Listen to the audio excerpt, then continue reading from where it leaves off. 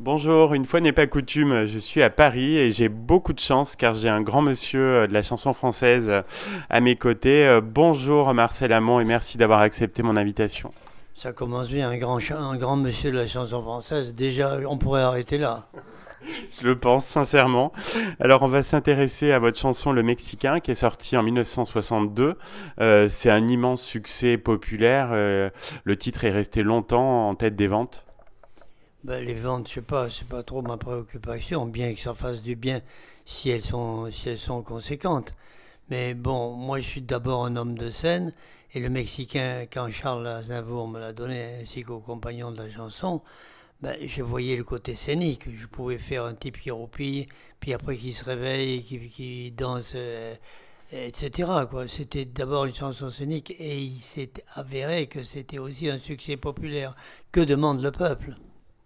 Et alors quand Charles Aznavour vous l'a écrit, il n'avait pas encore la reconnaissance en tant que chanteur. D'abord, il me l'a pas écrite, elle était faite parce que Charles,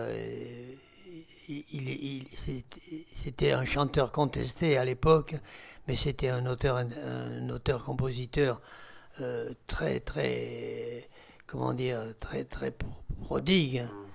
Il écrivait des tas de chansons. D'abord, c'est pas lui qui a fait les paroles, c'est lui qui a fait la musique. Il y avait des tas de chansons. Yves Montand avait lancé une chanson qui avait beaucoup marqué les esprits, qui s'appelait Planté Café, où il faisait un type un peu exotique qui roupillait. Il bougeait pas du tout pendant la chanson. Il y en a eu des dizaines et des dizaines de cette veine-là, et Charles Aznavour a eu la bonne idée de mettre une musique guillerette sur un texte qui appelait plutôt une musique somnolente. Il y a beaucoup d'humour dans cette chanson. Ben, c'est quand même Jacques Plante qui a écrit ça, c'est pas moi qui l'ai écrite. Je regrette parce que c'est remarquablement écrit, car souvent on oublie de remarquer que même dans les chansons fantaisistes, on peut très bien écrire. Jacques Plante, c'est le même auteur que la Bohème. Je vous parle d'un temps que les moins de 20 ans ne peuvent pas connaître, etc. Ben, c'est le même que le parolier du Mexicain. Vous avez toujours autant de plaisir à la chanter sur scène, c'est un incontournable de votre répertoire. Ben, c'est très curieux parce que finalement, c'est vrai, les gens l'attendent, avec quelques autres évidemment. C'est très curieux qu'on ne se lasse pas. Ça va faire maintenant un demi-siècle que je la chante. C'est assez étrange parce qu'on pourrait en avoir ras-le-bol de toujours répéter la même chose. Ben non. Donc vous l'avez chanté en duo avec Charles Aznavour sur votre dernier album, Par-dessus l'épaule. Je crois qu'il a tout de suite accepté. Oui, ça a été un bonheur parce que Charles, on a changé un peu le rythme au lieu de faire à trois temps, un, deux, trois, un, deux, on a fait un truc un peu. Là, on est revenu aux sources de l'inspiration première. On a fait, on a fait quelque chose qui roupille bien comme il faut. Et oui, Charles, avec qui on se voyait bien moins depuis quelques années, parce que, comme chacun sait, sa carrière d'interprète a pris un essor considérable. Il est devenu le premier chanteur francophone à travers le monde, le premier et de loin, car la première grande vedette populaire française, c'était Johnny Hallyday, mais Johnny Hallyday dans la francophonie. Tandis que Charles Aznavour, vous pouviez aller au Japon, vous pouviez aller en Argentine, vous pouviez aller n'importe où. Il ne faut pas oublier qu'il a fait quand même un duo avec Frank Sinatra.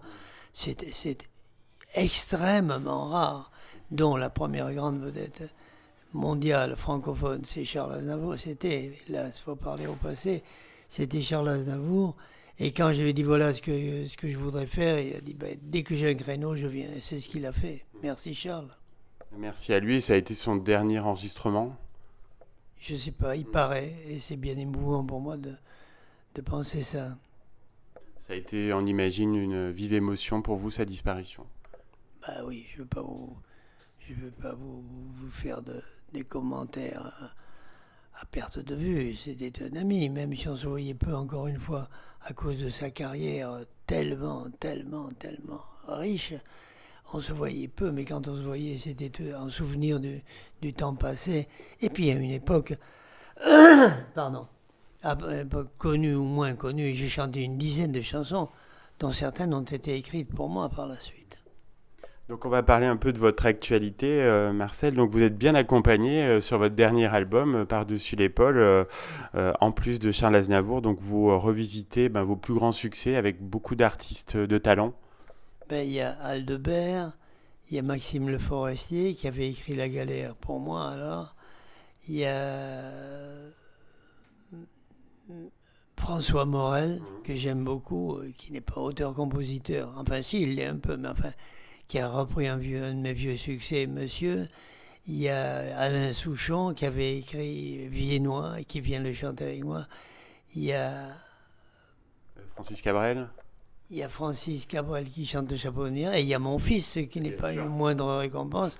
Mon fils qui vient chanter Samba d'été avec moi. Mon fils Mathias. Ça a été un grand moment, on imagine, cet enregistrement. Ça a été un moment qui a duré plusieurs mois, parce qu'on le faisait à temps perdu, on ne savait pas trop où on allait. Le départ, c'était les trois des chansons de mon tour de chant qui ont été écrites par d'autres, soient enregistrées par leurs auteurs, c'est-à-dire Maxime Le Forestier, Alain Souchon et Charles Aznavour. Donc, voilà. Et alors il y a des inédits sur cet album, dont le très chic Par-dessus l'épaule que l'on doit à Iggy, qui est un habitué de notre émission, qu'on a eu plusieurs fois. Vous l'aimez bien, je crois, cette chanson. Ben, écoutez, oui, ce jeune homme dont j'avais vaguement entendu parler, je ne connais pas tous les jeunes, j'avais vu ce petit gars avec son chapeau, là, je le trouvais sympathique. Et quand on m'a présenté la chanson, elle m'a bien plu. Il m'a dit par la suite que c'était moi personnellement qui l'avais inspiré, ce qui est infiniment flatteur. Il nous l'a dit aussi. Et ça m'a tellement plu que ça correspondait bien à l'ambiance du disque. C'est devenu le titre du disque, Par-dessus l'épaule. Marcel, avec Annie Cordy, est-ce qu'on peut dire que vous êtes les deux derniers géants du musical? Si je disais de moi-même que je suis un géant, ça manquerait de modestie. Disons que dans le musical à l'ancienne, il y avait Lynn Renaud qui ne chante plus depuis longtemps. Il y a Juliette Gréco qui est un petit peu en réserve, nous dirons. Mais effectivement, continuant à pratiquer la chansonnette comme cela se faisait dans les années 50, quand nous sommes l'un et l'autre arrivés à Paris, je crois effectivement qu'on est deux survivants. J'aime pas beaucoup ce mot, mais je vois pas quoi le remplacer. Alors, vous traversez les décennies avec la même pêche d'enfer. On a l'impression que les années glissent sur vous. Ben, c'est le thème de la chanson d'Iggy, il a bien traduit la situation. On sent que le public a une grande tendresse pour vous. Vous pensez que c'est votre sincérité, votre humour, votre constance peut-être qui font ça? Ben, encore une fois, je ne peux pas dire oui à autant de compliments parce que ça me manquerait totalement de modestie. Mais ce que je peux dire, c'est que les gens qui continuent à venir me voir, ben, tout bêtement, je leur rappelle leur jeunesse. Voilà. Vous savez, certes, de temps en temps, il y a des jeunes qui accompagnent leurs grands-parents ou leurs parents, pourquoi pas. Alors là, j'ai un peu de jeunesse, ils viennent vers moi, je ne passe plus pratiquement sur les médias. Si c'est pour revenir chanter le Mexicain, l'amour ça fait passer le temps, c'est pas une nouveauté, c'est pas un scoop. Mais bon, ces gens, quand ils me voient à l'affiche, je leur rappelle, bon, encore une fois, je leur rappelle leur jeunesse. De quoi vous êtes le plus fier dans votre parcours? Oh, fier, je suis surtout heureux avant d'être fier, je suis heureux alors que mes parents, qui étaient des petits paysans, issus d'une longue lignée de bergers de la vallée d'Aspe dans les Pyrénées-Atlantiques. Mes parents venus travailler à la ville, ils ont eu un fils unique, ma pomme. Ils m'ont fait faire mes humanités, comme on disait à l'époque. J'ai passé mon bac dans mon quartier, j'étais probablement le seul petit garçon à aller encore au lycée à 18 ans. Bon, ce dont je suis fier, alors je réponds à votre première question, ce dont je suis fier et heureux, les deux à la fois, c'est d'avoir montré à mes parents que je ne m'étais pas trompé, puisque ils espéraient que je devienne instituteur, prof peut-être, si j'avais les moustaches pour le faire, avocat, médecin, je ne sais pas, quelque chose. Mais bon, ils ont été très inquiets et un peu tristes, peut-être surtout mon père, que je ne sois pas enseignant. Et quand j'ai pu leur prouver, ils m'ont vu en haut de l'affiche, ils m'ont vu devant des Olympias bourrés, des Bobino bourrés de public bienveillant.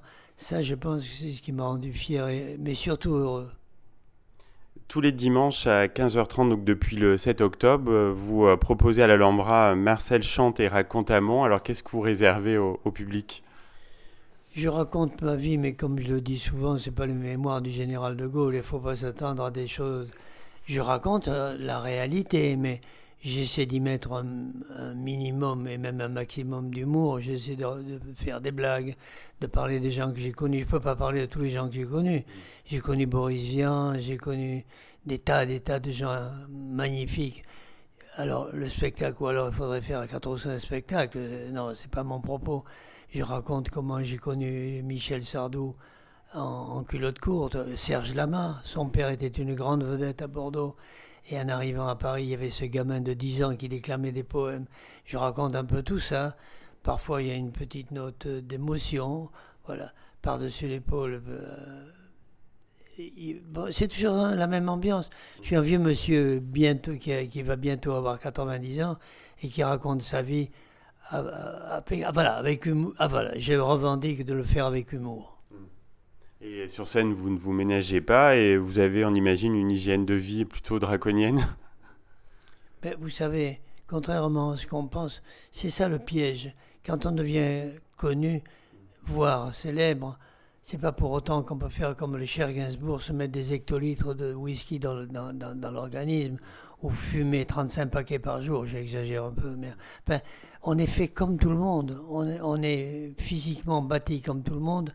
Et il faut faire gaffe de se reposer, d'avoir une vie régulière. On va pas à l'usine non plus. On est des privilégiés. Quand ça se met à marcher, ce qui a, ce qui a été mon cas, j'ai enregistré dans cette langue. Je me suis baladé à travers le monde. Je n'ai pas des devoirs impératifs, mais quand même, il faut bien que je ne perde pas de vue que je suis un privilégié. Je n'oublie pas d'où je viens. Et même si ma vie n'a plus aucun rapport avec les ouvriers, avec les paysans de ma jeunesse, c'est quand même de là que je viens. Il ne faut pas que je l'oublie, ni physiquement, ni mentalement. Quelles sont vos envies aujourd'hui, Marcel? Ben, ce serait d'avoir mis, avant même de savoir si le public me rejette ou ne vient plus me voir, je pense que je suis très famille. J'ai une femme, j'ai adorable, j'ai 4 enfants, trois petits-enfants, j'ai une famille, je suis entouré d'une famille aimante, et alors sans vous faire de discours grandiloquents, c'est ce qui compte le plus. Et mon vœu le plus cher serait de ne pas leur donner le spectacle d'une déchéance. Ça, c'est ce qui me tracasse le plus. L'idéal, ça serait de claquer comme ça, sans s'en rendre compte, comme Henri Salvador ou Charles Aznavour. Eh bien, un grand merci, Marcel Amont. C'était un honneur de vous rencontrer. On va se quitter donc en écoutant Le Mexicain version 2018, donc en duo avec le grand Charles Aznavour. Merci encore. Voilà, au revoir à tous. Bonjour à tous vos auditeurs.